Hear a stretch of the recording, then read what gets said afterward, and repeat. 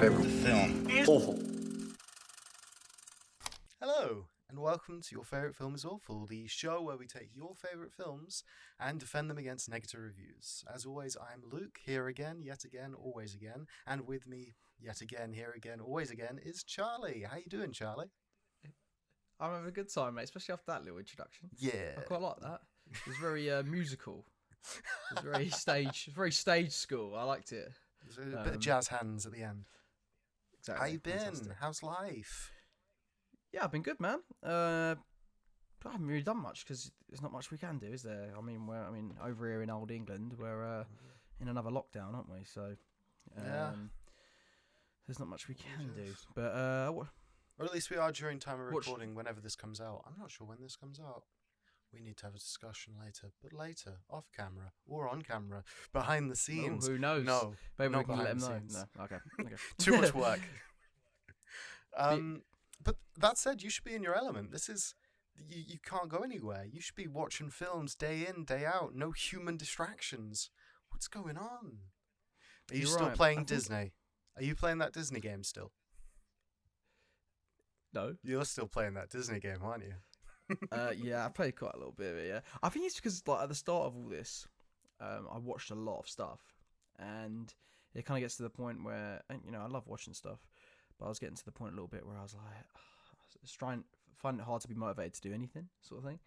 But no, I've been back on the train. I've been watching some more stuff. I've Good. watched How to Train a Dragon 2, Okay. which I really, really enjoyed because I'd never seen it before. Mm-hmm. Yeah, really liked it. Watched the first one recently, I feel.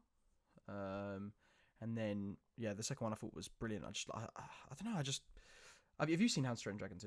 Luke? Yeah, of course I've seen How to See Your Dragon 2. Yeah. God, what do you I take mean- me for?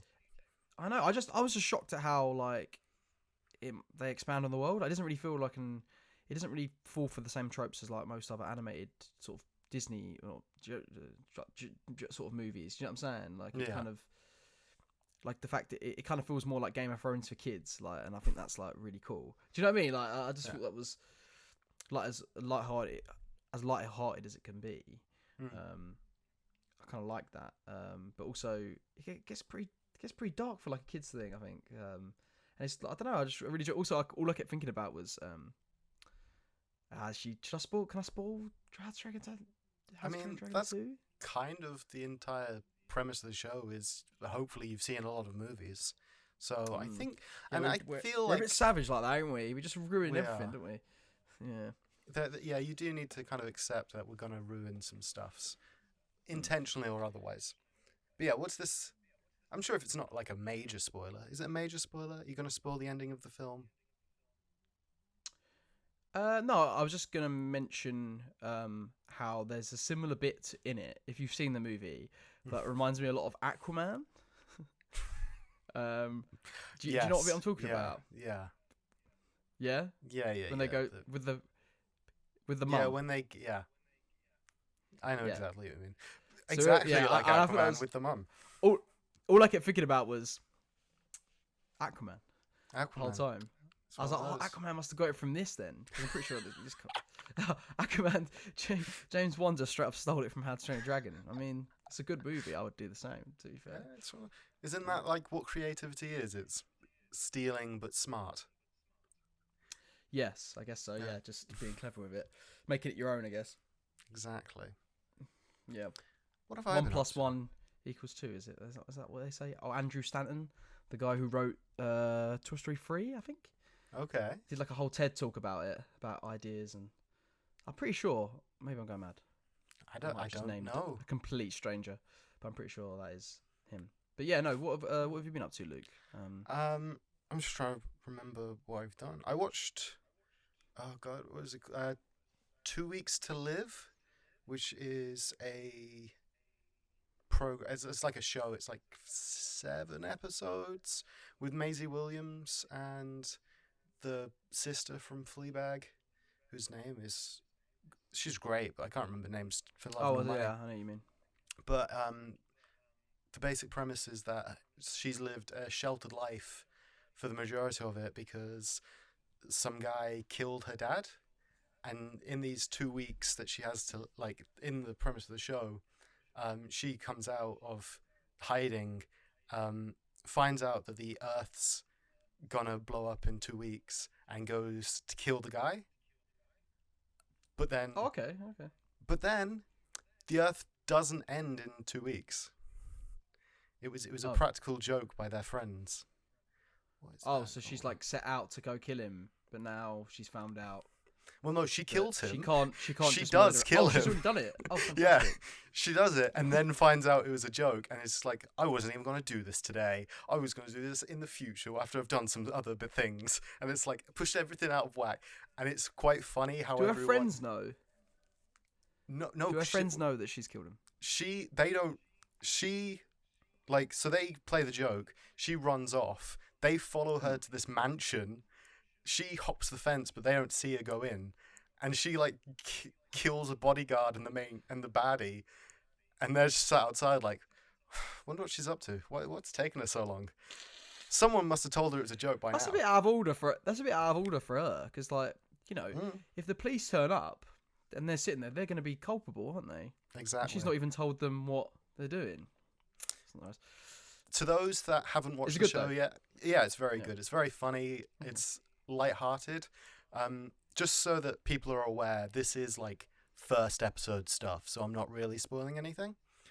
Cool. But in that first episode, the Maisie Williams' character and the bad guy that she's come to kill literally have like a standoff, and they're like circling each other, doing like proper one-liners and like having this dramatic monologues and tension. And then at the end of it, they're just like, "Oh man, that was really good. That was." I was just rolling off the cuff there. I felt I was like really in the moment, and they're like, "Yeah." It's like, okay, now I need to kill you, and then they go into like the gunfight, and it's like, yeah, and it's like taking the sense of reality out of it, but for comedic effect.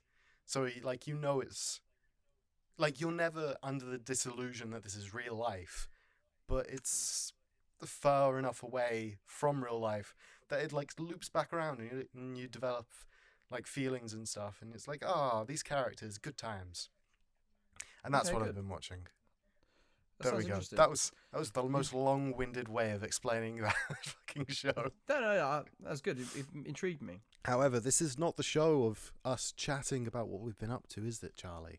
It is not, It is Luke. not. It is not indeed. It is not. Now, a fan of ours and guest of the show, Andre, who came on to do Train to Busan, has recommended us another film, and that My is man Andre the Giant.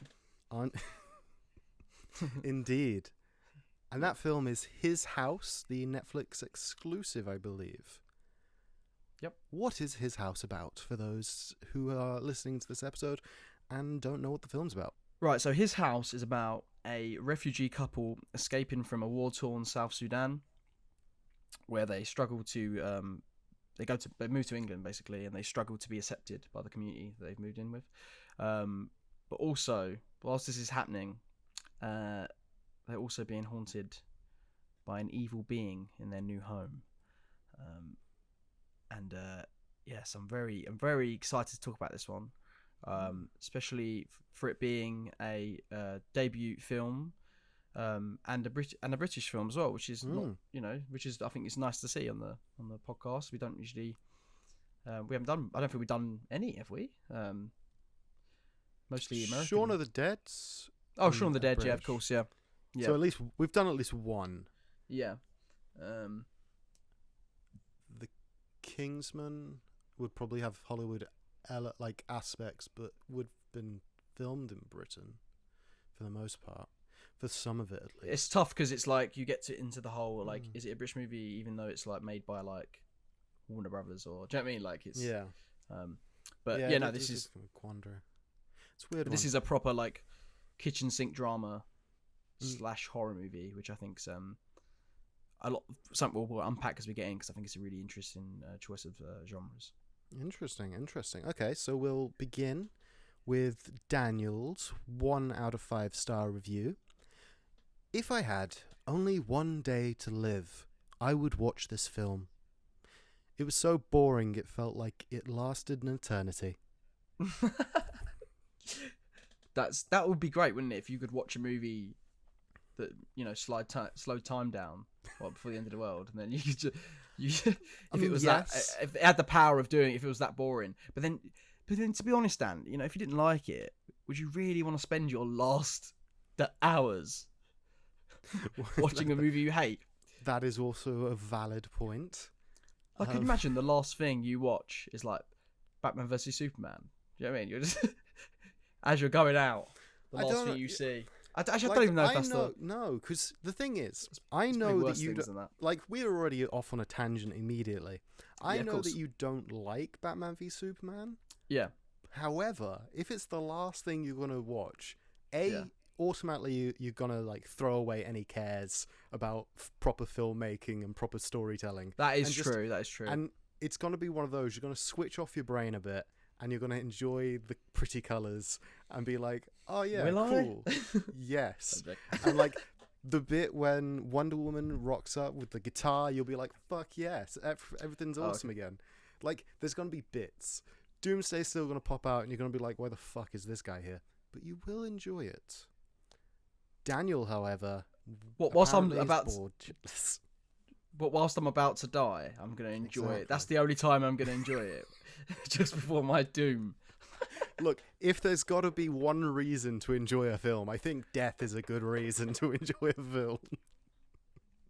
I guess You so. don't want your final, as you said, you don't want your final hours to be watching a film you don't enjoy. You got to just pluck true. any enjoyment out of it that you can. Focus on background actors and be like, look at this prat. Yeah, and it wasn't that bad, was it, Dan? Come on. It was Surely? not. No, Yeah, I mean, I personally don't understand what Daniel's talking about, because it's not boring. For me, already, I'm just going to say this now.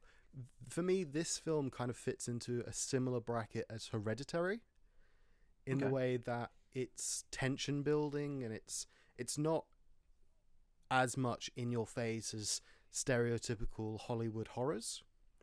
And so, like, it's got that tension, it's got a bit of suspense, which a lot of other people, which I can only assume Daniel fits into, but I've only looked at this one review, he probably found that film boring as well. And I'm like, nah, a film's great too. This film's great. Leave it alone. Or is it great? I'll tell you at the end. But for now, it's great because that's my purpose for the show. yeah, it's interesting that, because I think even if you don't like the horror aspects of this movie, I think the kitchen sink drama stuff, which is the majority of the movie, would you agree, is like brilliant. Mm. Like I was like, you almost could have almost been the movie almost. Does that make sense? Yeah. And I think that yeah, like the way that they establish, like they've got enough problems, these characters, with trying to be accepted within this community, or trying to settle down in a new country when they're being, put in this house that's like falling apart, and everyone in the town is kind of not too happy that they're there. Like that alone, I thought was like fantastic. Like the whole build up of that, I felt like they were in, even though it's weird, even though it's like a country that I live in, I was like terrified for these characters to be there in a weird way. Do you know what I mean? Like it was like I didn't know what was going to happen to them, and I think that's really like how can I say, what's the right word? Prevalent? Is that the right word? Prevalent? I'm not sure. I'm I not don't gonna know. lie to you, Okay. but Let's just say. we'll Let's just run say. with it. Yeah. Let's just say like. I think that's shown in the scene where the character's names escaped me. That's okay. Just The leading lady. leading the lady. whose name is Wumi Musaku. Ah, And yes. yeah, she's great. She's in Fantastic Beasts, and I think she's in Lovecraft Country as well. Ah, okay. Which I haven't seen, but I've heard like mixed Mm. things. I'm quite curious to watch. And the scene where she kind of like walks around the council estate and gets a bit lost, and I don't know, there was something about that kind of felt a bit almost like Shining-y. Do you know what I mean? Where it was like almost like a bit like a maze. Yeah. And even though I know these sort of areas, obviously it's not the same area, but I know these sort of types of areas quite well, it was still made me feel really uncomfortable for them. And then when she bumps into the younger children that are playing, they've just come back from school or whatever, and they start like insulting her and stuff. Like I was like, I felt scared to, for her. And I think what's really good about it is that it puts you in a perspective that perspective I will never understand. And I love when movies do that. Like I've never understand what it's like to be a refugee from a country like that, and then come to this country and then be treated the way that they're treated. I can imagine it being absolutely terrifying. And that's what I really liked about it. I feel like the movie kind of challenges you to be like, what's the scarier part of this movie? Like, is it the horror aspect within the house, or is it almost like them being, them trying to being settle strangers? Yeah, them being strangers. Yeah. I think it says a lot about I think it has a lot to say. It says a lot about the country that we live in and how we treat refugees and stuff. And I'm surprised that you could be bored, because I to give you an example, I watched this movie I put it on like at 11:30. Usually I go to bed at around 12. I put it on like 11:30, and I was a little bit worried, because I was like, I'm worried I'll fall asleep, and I want to watch the whole thing. But I was like up. Do you know when you're like Yeah, fully up, just engaged the whole way through? I couldn't put it down. I needed to go to the toilet at one point, and I didn't want to go. I just held it to the end in my own home like a weirdo. Even though there's a pause button, fucking idiot. but I still decided to hold it. I mean, that just shows how good the film was. Yeah, exactly. Yeah, and I just found that aspect of it really interesting, and fresh. It felt really fresh and new. And I think probably, I mean, there's not much that's come out this year, but one of the best horror movies of the year. This Invisible Man, I think, just tops it for me. I don't know. I'd have to really sit and think about it. But we'll go. Let's go deeper into this. I think the more I speak about it, I probably will enjoy it more, because you're the first person I literally watched this last night, so you're the first person I've like discussed this with. So I sure like there'll be things I'll be like, oh, okay, no, that was good, or that wasn't. So that's what I love about doing this podcast. But yeah, what do you think about that? Do you think would you agree? Do you think that that kitchen sink drama aspect of it is like interesting enough on its own almost, or do you think that's boring to some? Maybe, I don't know. As devil's advocate, yes, as I already explained, there are, like Hereditary, there are always going to be some things that people find boring. For me, so out of just the podcast, you have always lived in London, and so it is a familiar place. While I have experience on a much smaller scale, because I am a white male, I am the least likely to be in danger, whilst the female protagonist is she's she's black. She's a black lady in an unfamiliar environment who faces a lot of teenagers who are the most threatening of people, stereotypically, not actually, but stereotypically. But because I have moved around a bit, and I've moved into London, the big scary smoke, as it were, for England, I can recognise the fear of getting lost, the fear of being in an unfamiliar area, and like the bit where they're in their living room and a ball hits the window and a load of kids like run past. And even though on the surface that's actually quite a normal thing to happen in any estate, it's kids being kids, teens being teens, they're just trying to find something to do. But because you are in an unfamiliar place, and especially because in the film the male protagonist kind of assumes that they're in London, and it's that assumption that lends itself to the unfamiliarity and the confusion of where they are in the world. Like, that's just an extra layer of fear piled on top of being in an unfamiliar place as well, because it's not just that they're in an unfamiliar place, it's that they don't actually know where they are. Yeah.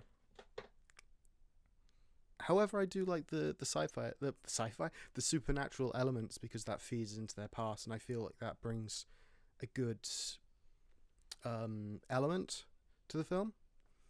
And so whilst I feel like without it, the kitchen sink drama aspect might have been downplayed, because it's that supernatural, it's the upscaling of the supernatural elements that feed into especially the lead female's character development, and like how she reacts to these how they both react to the different supernatural influences, informs the characters, and then causes the division for the kitchen sink drama to occur.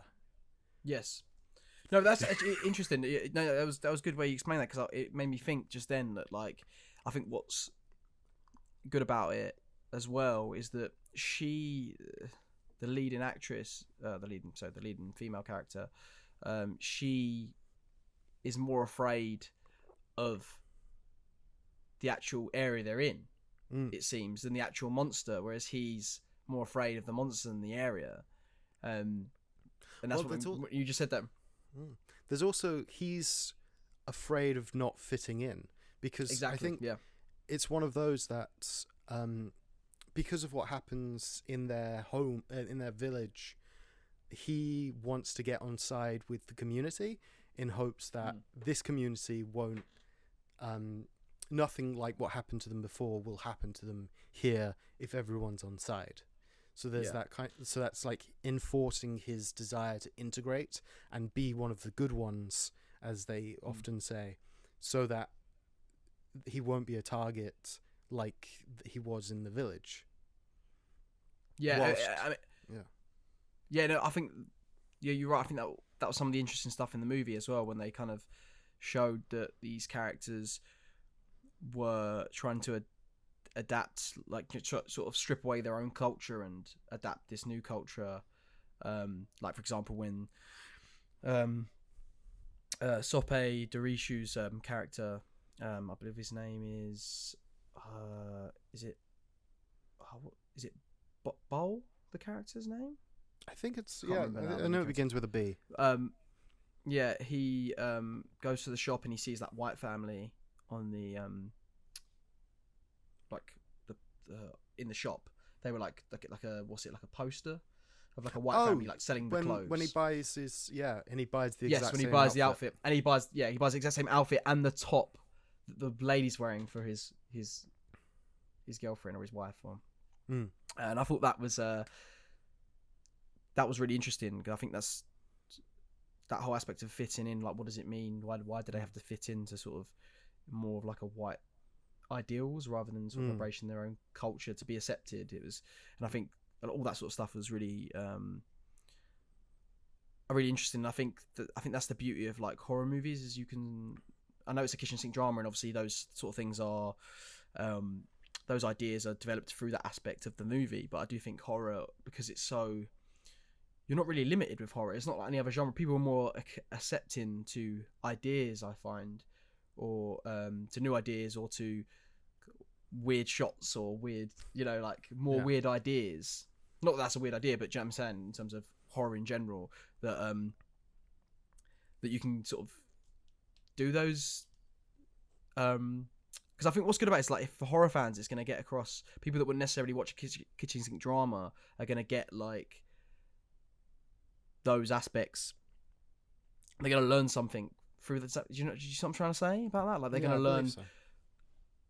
Yeah, like, kind of thing. Like, I just thought it was. I don't know if I'm losing my point here, but I just really like the blending of the.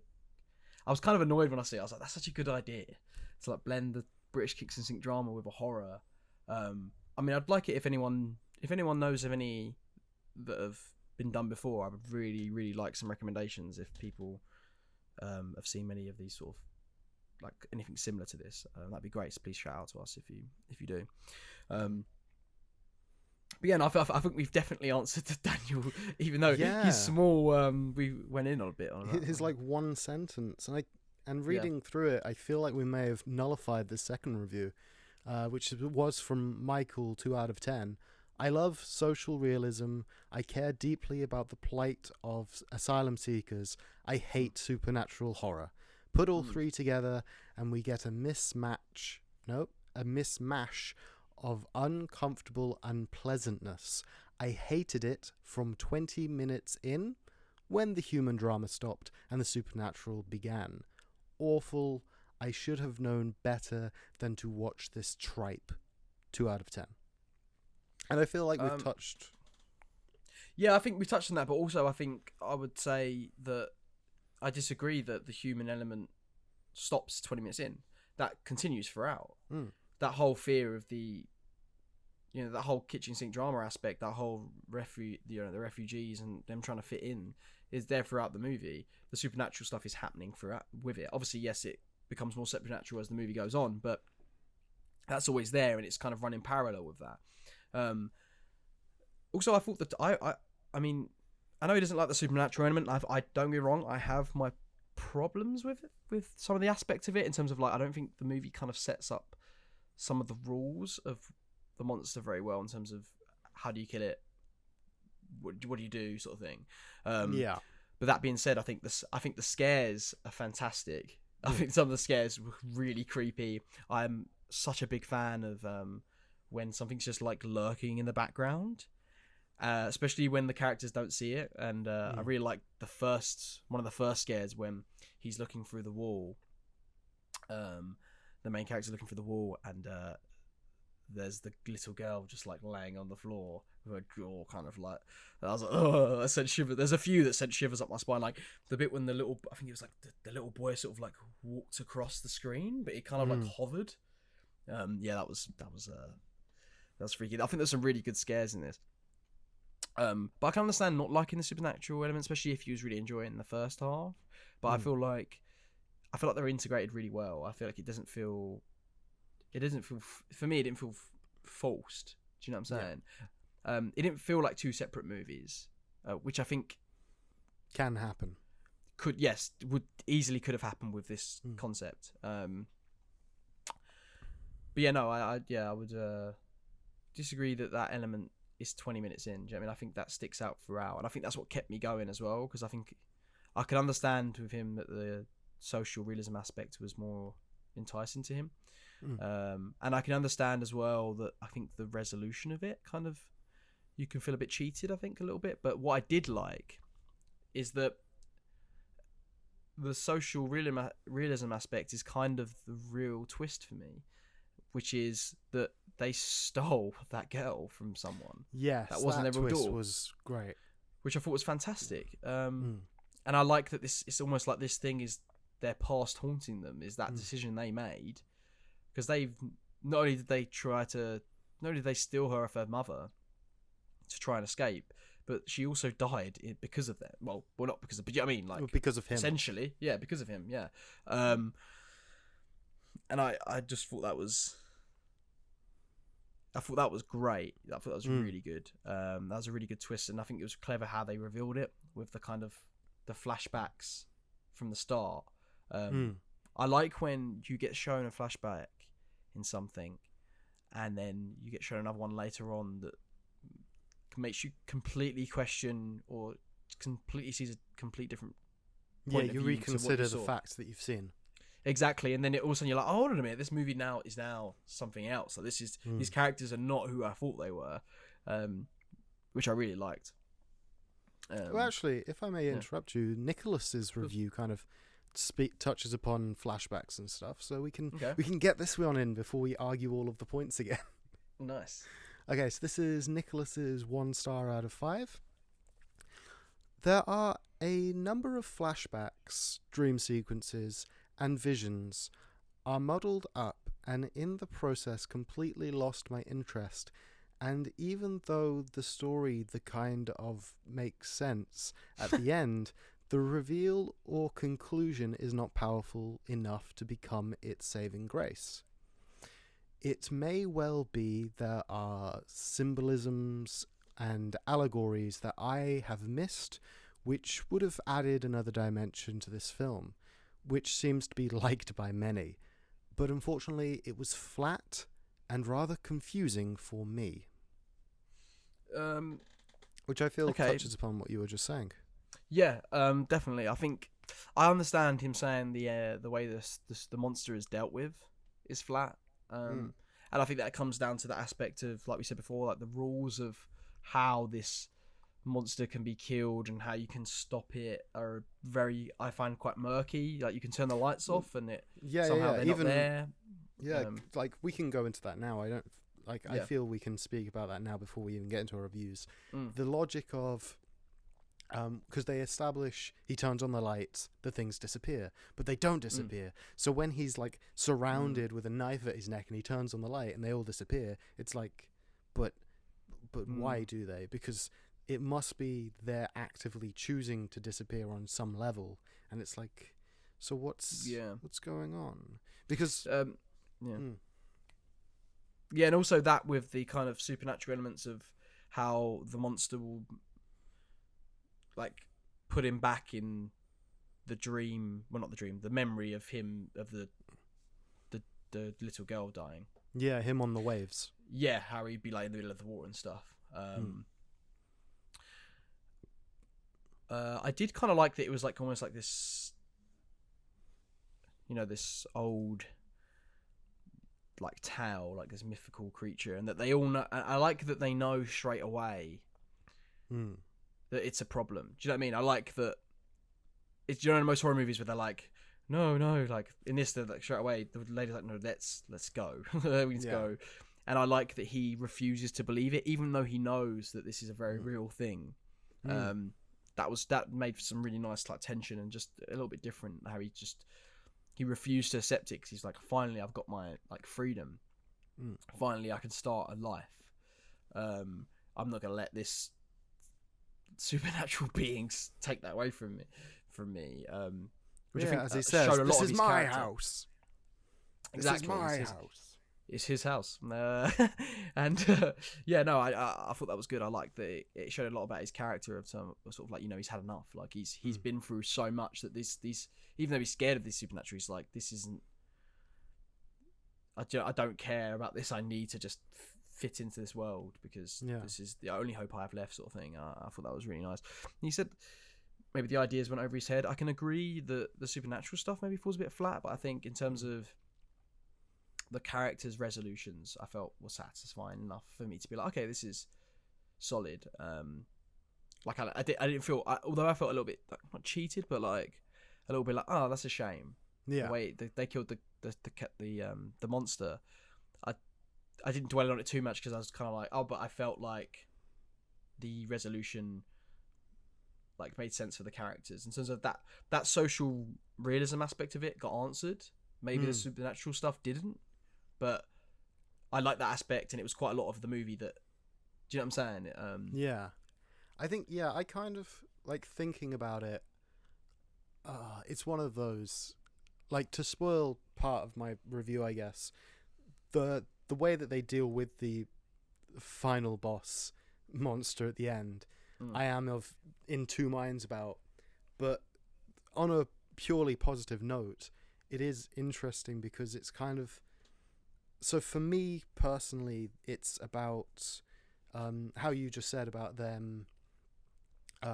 Him kind of denying it and shutting it out, and she's kind of like pushed it all back to the point where she thinks that the daughter was her daughter until she has that flashback.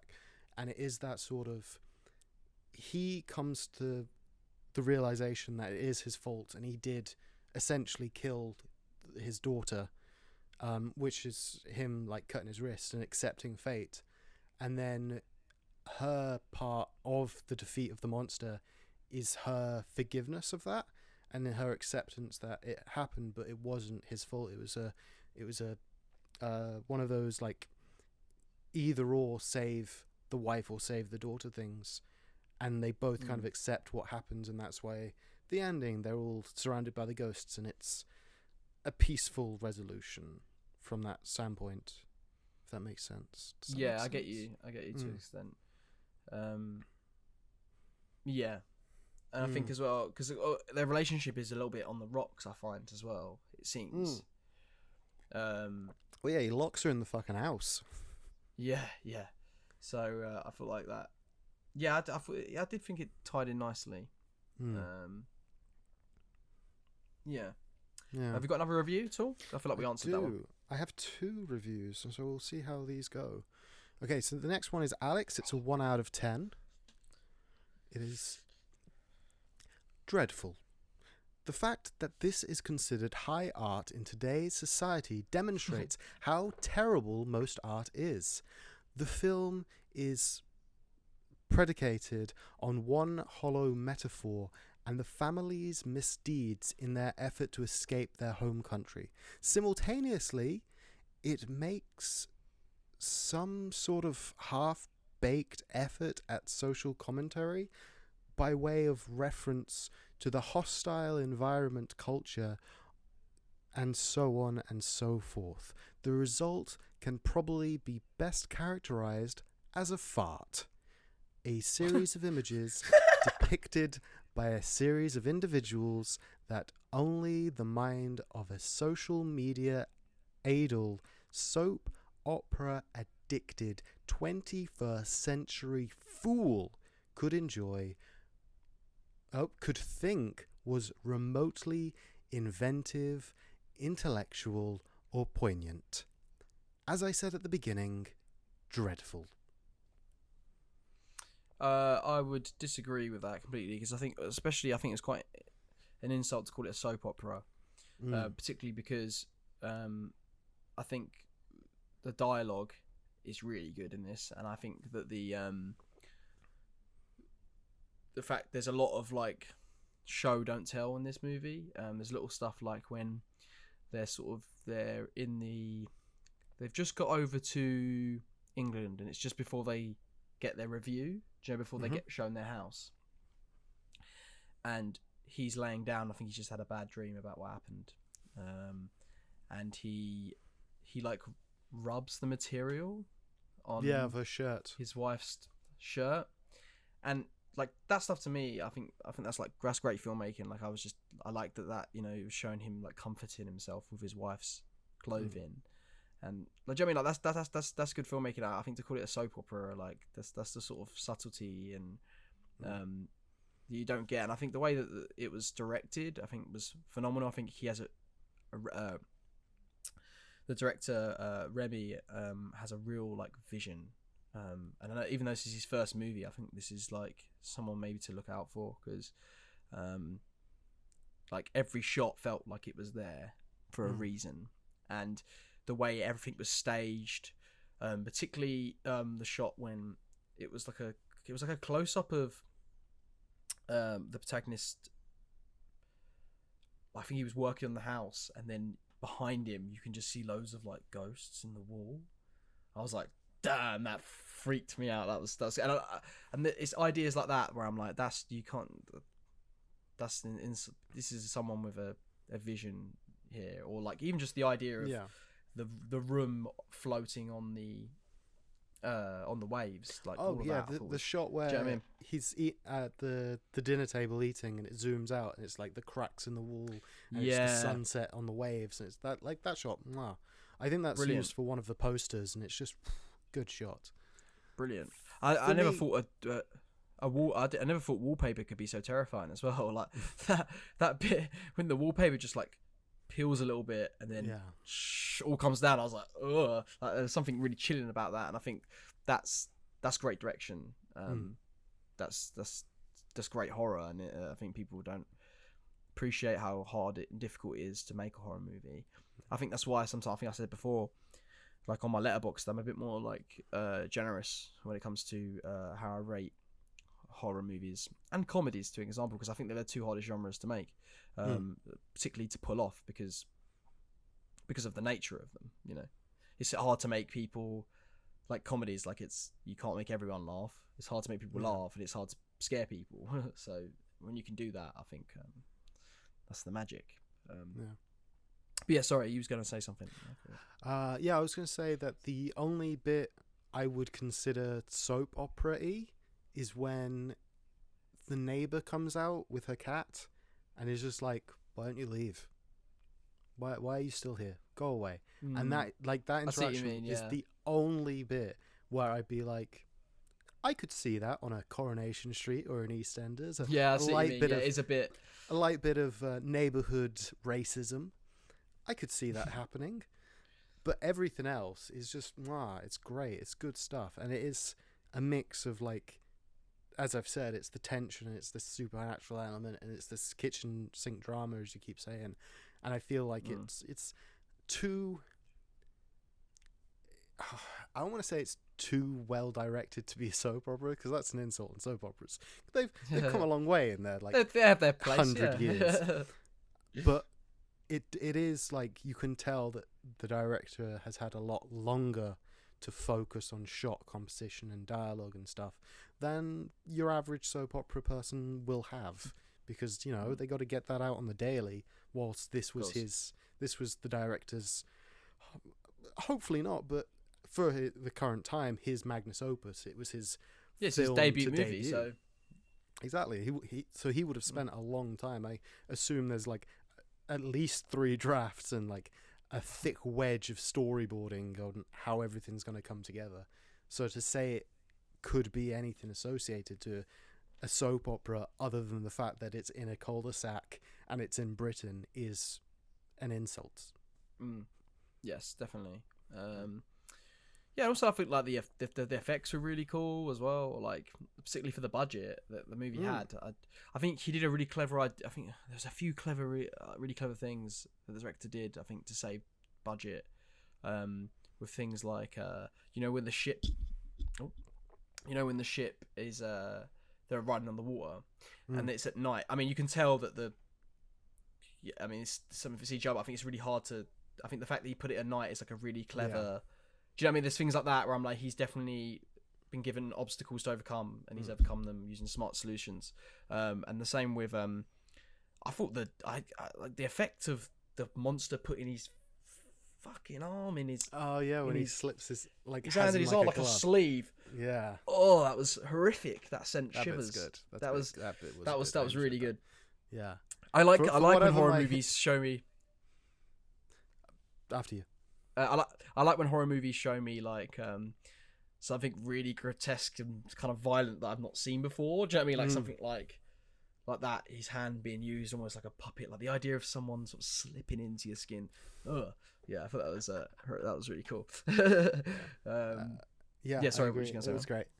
I was going to say, for whatever my opinion is on the use of that final interaction, that like hand in his arm, like that it is good. It's a nice little bit. And if it wasn't like that on its own, so I've watched a couple of Netflix horror films, and that bit on its own would get the newspapers being like, this is Netflix's scariest film. Yeah. The fact that that's attached to the rest of the film, it's great, because you've got the rest of the film and you're like, nah, this scariest bit is deserved, because it was good. It's very good. Yes. I enjoyed it Definitely. very much. Last review from, this is a name, I'm going to pronounce it, Kian HD. Yeah. It's a 0.5 star out of 5. This is in 2 parts. There's the first paragraph, which is spoiler free, and then the second part, which is a big spoilers. So we're going to take this in 2 parts, and we'll argue each paragraph separately, because I think the second paragraph's quite amusing. Filled with horror cliches, stupid plot holes, underdeveloped characters, and tons of exposition. The storytelling was really the worst part, as the characters just say shit and hope it sticks. I really couldn't find anything even remotely enjoyable, and for the life of me I cannot understand the high rating other than, well, it's about immigrants. For the love of God, just watch a documentary about immigration instead. So that's his first paragraph. I mean, first of all, just to answer that first, I mean, some people don't want to watch a documentary about it. Instead, they want to be entertained by a horror movie, and particularly, and those people that don't necessarily want to watch documentary on that stuff are going to be open to, they will understand now the troubles that people go through, and I think to blend that to bring that aspect, of social realism, which is, a very tough genre to kind of consume, to watch, and to put it with possibly the most fun genre to watch, which is horror. I think, is a great combination, and I think it's going to bring people from different fans of different genres together in that sense, like the complete polar opposites almost, aren't they, kind of thing. Oh, actually, I don't know, because social realisms are usually quite horrific in themselves because of how real they kind of get. I think to go off your point, it's more it is to allow people that focus on specific genres, and the people that won't go out and watch an immigration documentary to at least get some sort of knowledge. Well, not knowledge really, because it's not factual, but to have an experience where they can be like, yes, this is a problem, because they're more likely to watch a horror film than a documentary. There are those types of people that will focus on a specific genre. The people that they won't watch musicals, that won't watch comedies, because they're all what's the stoner high comedies, like those comedies. People won't watch those. So for it to have the mix of genres, it allows people who focus genres and disregard other genres, and especially because people watch movies for a sense of escapism. This provides the escapism of a horror movie with the realism of the immigrant asylum seeker element. Yeah, definitely. And also it's just a weird thing to say anyway, because it's like, what, movies can't say something, what movies can't talk about these subjects. Only documentaries can do that. That's kind of a weird thing to say, right? That is what they're saying. Yeah, and also he said about the characters being undeveloped, and I couldn't disagree more. I mean, as I've said a million times, and I'll say it again, character is shown through action, and all the characters, and I feel like you get such a sense of who they are through their actions completely in this movie. I mean, like I said earlier, the fact that the female protagonist is not embracing the culture and is not really scared of, she's more scared of like the monster that's coming after them, rather than you know what I'm saying, whereas he's kind of, he's not as scared because he wants I mean, everything we've spoken about already is not really told to us, was it? It wasn't all that character I said about earlier about him, needing that freedom. He's refusing to accept this thing, that's not, they're not speaking about that. That's completely through their actions, that we've got this from. And that, I think sometimes it seems that people need like characters to sit down and tell them about their whole life story. Like, I don't understand which how much more character you needed from these characters. I think they were clearly defined and clearly their own people, and interested in themselves. Like, I wanted to understand them more. I mean, obviously this reviewer didn't get that, but I think to say that they're completely, like, what did he say? Something like about it being badly written, or something like that. It was underdeveloped characters, lots of exposition, storytelling was really the worst part. The characters just say shit and hope it sticks. What do you think about the exposition? I didn't notice any glaring exposition problems. So with my research into other reviews to find these ones, the only exposition I could really find, especially on a rewatch as well, is when she's in the doctor's office and she talks about her scars. Oh yeah, that's true. But again, that's another bit of character reveal, and not only that, it's interesting to see how she reacts to someone who's being very kind to her. Before we see her how she acted when people weren't being kind to her, and I think that says so much in itself. And I think it allowed for her to explain, the scars on her face, and I feel like it didn't feel. Do you know what I mean? It didn't feel like, oh, this is me. That, do you know what I mean? There was a reason for that, for them to speak about it. So I think it was good exposition in that way. So that's how I feel about that anyway. Yeah, it was almost as if that was ticking the box for those people that are like, there was no character backstory. And it's like, yes, there was. There was, and it was how you like it as well. Yeah, exactly. Yeah, you're right. You actually completely debunked that review with that. I've nearly forgot about that scene. Yeah. Okay, so this is part 2. This is the spoilers part. Cool.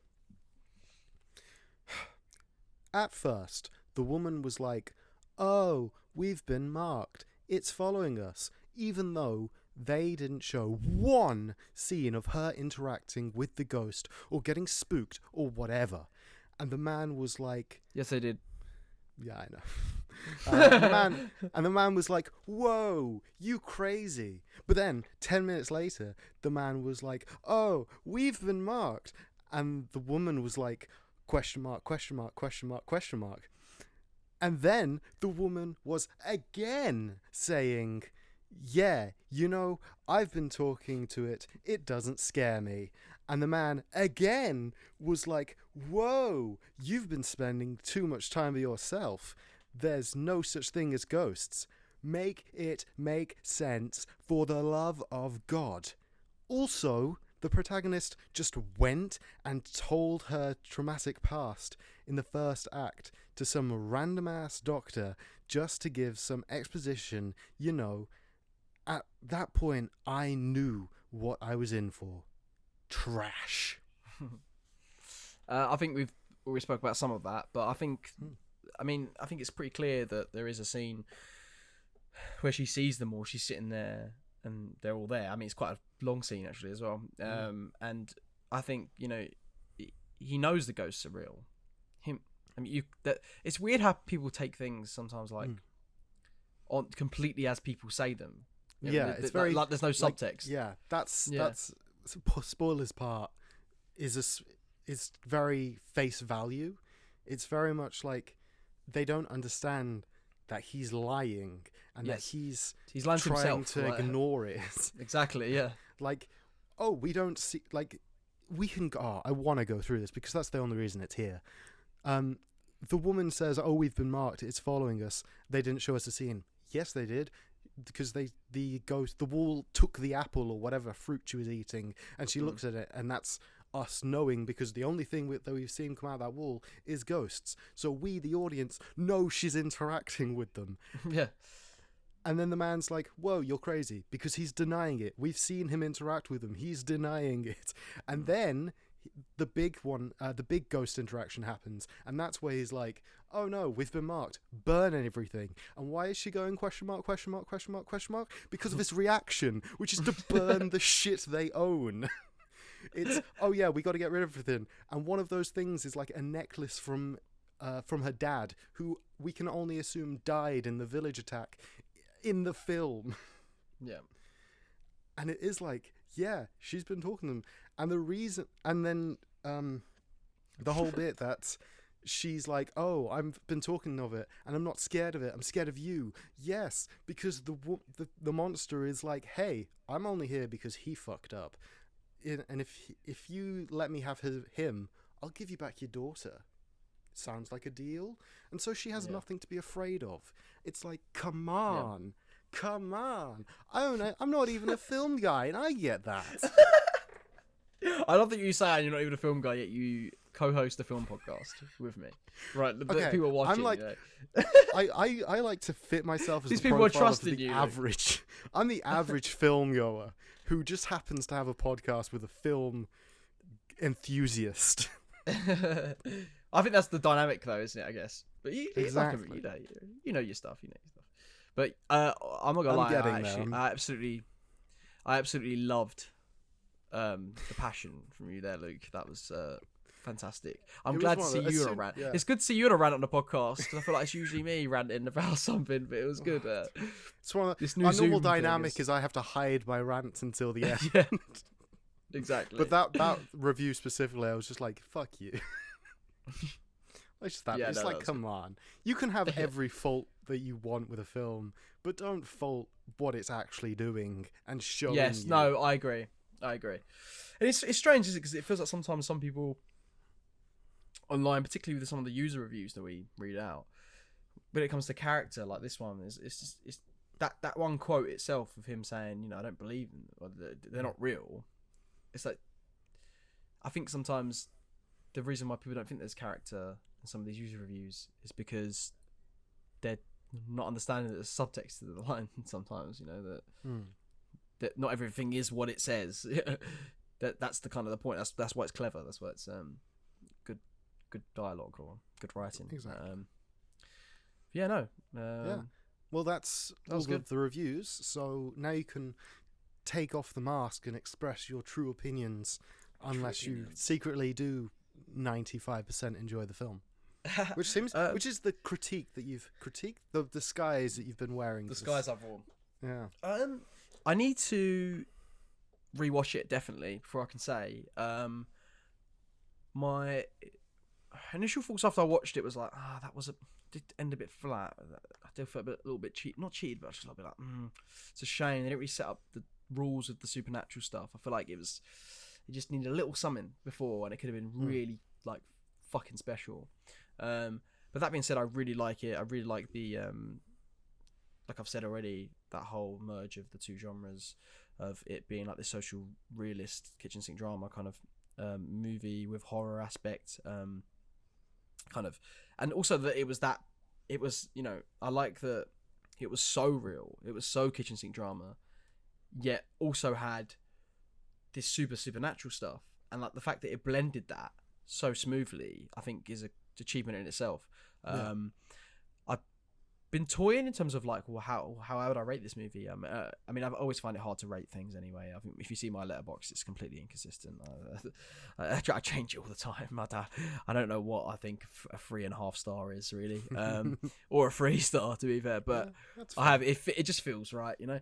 And when I first watched it, I was like, 3.5. I feel like was kind of out of 5, kind of how I felt, but it could go up to a 4. It could go up to a 4 on a second view, and I just need to check it out. But I did really enjoy it. Thought the two leads were fantastic. It was cool to see Matt Smith. He's not doing enough. He's a great we didn't even actor. speak about him. No, we didn't actually. I thought he was great in it. He's not in it too much, is he? But yeah, I think he is doing stuff. It's just TV, isn't he? On like, he's on like The Crown. one of those. Yeah, he's on The Crown, isn't he? I didn't want to say The Crown and for it to be wrong, but you've took that commitment for me. No, he's definitely in The Crown. I'm pretty sure. It's definitely The Crown. But yeah, and he's in Edgar Wright's new movie coming out called Last Night in Soho, which is supposed to come out this year. I think it's supposed to come out this year. Or it's supposed to come out in November last year. I feel like. Yeah. But now it's coming out this year. I can't bloody hell, I need to. I always find it difficult. Like, do you know when you turn into the new year, like remembering that you're in the new year to say it? It's like kind of how when you have a birthday, and you kind of forget. Oh, I had a birthday. In terms of, I need to say that my age is this age, not the age it was last year. Do you have it?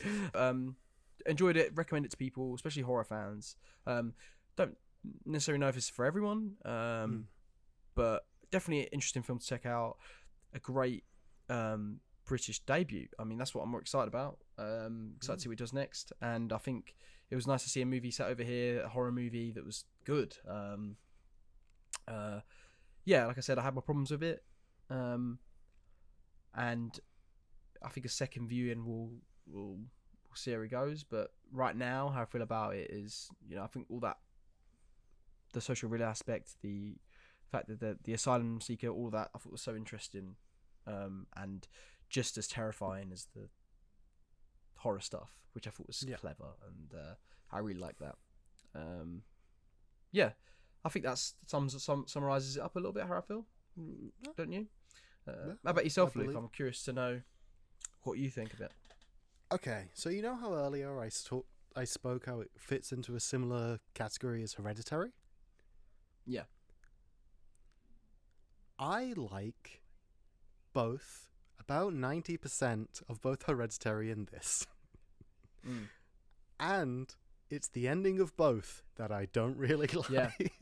Yeah, that's actually that's quite a good comparison actually, because I kind of feel similar about Hereditary. Yeah, with Hereditary we'll do a different episode, I'm sure. Eventually someone will come on with that film. It's not as if there's infinite movies. But with this film, it's I don't like the monster at the end, if that makes sense. I don't like that a malnourished skinny white guy comes out of the floor and is the monster. I don't care for that, and that's some I don't like. I liked when it was the eyes in the the scene where it's all darkness and you've got the campfire and it's just these glowing eyes watching you, and it was like, that's good. And then at That the was end, good. it's like the lighting.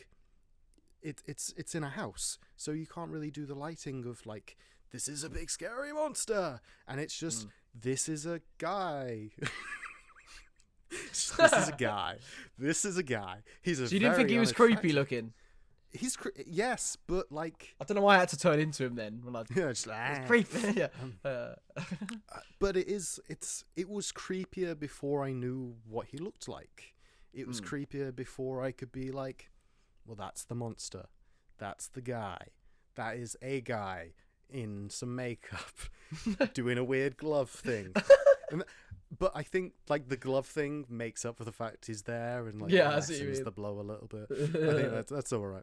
But it like I just wished that he looked different. And I think like one of the reviews spoke about symbolism and allegories that I just don't know. And I feel like maybe I'm in a similar boat because I don't like they give it a name, but in my head it's just a witch doctor, and they're plagued by like a witch doctor who is like, hey, you killed a kid, I'm gonna kill you.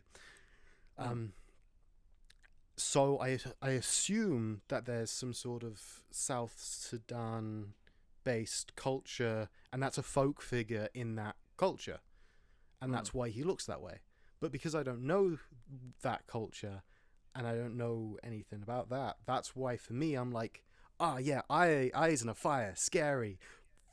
Mate, the bit where he's what is it? It's like it's directly after it. He has that conversation and he's like, oh, you can't hurt me. Fuck you.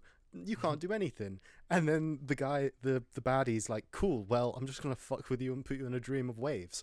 And then it comes to the real world.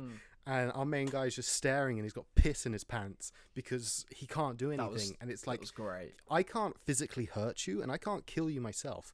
That doesn't mean I can't fuck you Scare royally the up. fuck out of you. Yeah. And it's just like, yes. And for that much power and that much like creativity and much fear and suspense, for it to be just some guy. And I was like, I see. I understand Yeah. that. Yeah, I kind of understand. Yeah, I felt a bit similar to that. and then, looping back to the whole lights and the rules of the ghosts, it is a bit, but in that aspect, I was a lot more forgiving than you apparently were. And I was just like, sure, they're fucking with him. The whole thing is them fucking with him until the end when they accept what they've done and that they were the few survivors. And it was good. It's It was good. it's just more just like it builds up to be this big supernatural being. It's like, oh, what, you just slit his throat? Yeah. Because it's some Yeah, and I guy. think that's what my kind of problem was. I was like, I mean, but I get, yeah. as I realized, It's hard and to end said horror earlier- movies. Yeah, as I realized and said earlier, it's less the act of her slitting his throat, and it's more symbolic of Yes, exactly. protecting him from the monster and Yeah. accepting what's happened to them. Because, like, she, like, you know that she's not in a good place because she's accepting these. Like, we don't know the power of the guy, but we've got to admit that he can't bring her back. She is dead. The daughter is dead, and isn't related to her, but she is dead, and she's telling her that if you help me kill him, I'll bring her back for you. But that's not going to happen. That could never happen. She's dead. And it's that acceptance that she's dead and he did it, but we've got to go through it together. Yeah, because it does feel like they kind of want to bring her back because of the guilt Yeah. more than It any, is- do you know what I it's mean? More guilt. than anything, almost. Yeah. And it is him, and it does link into what you were saying of him wanting to power through and just move forward. And it's him not accepting the guilt, which is why he's being haunted by the ghosts. And it all wraps up very nicely. And it's great. It's a good little movie. I give it a solid 4 out of 5. Not my favourite, but it's better than most. Thumbs up. Sounds good to me. Let's do some social medias and send this puppy Let's home. do it. Well, hopefully, if my editing skills are up to scratch, you'll be seeing them throughout the video. But I'm going to say them anyway, because that's what we do for the people that are listening. Of course. And that is, if you want to follow us on Twitter, it's at favfilmisawful. So that's FAV is awful, right? Well, and film is in there. Yeah. You get the gist. You get the gist, right? It's fine. Then you got your favorite films awful on Instagram, your favorite films awful on Facebook, and your favorite films awful on YouTube. So subscribe to us, click the bell, follow us, do what you want to do. Message us about films you want us to do, anything. We're always going to answer. We love it. We love talking to people. Yeah, that's everything, isn't it? That is everything. That's it. I hope that you enjoyed this episode. Bye-bye. Bye-bye. Take care, guys. What's your favorite? God, that's awful. Favorite? Awful. Awful. Your favorite film? Awful.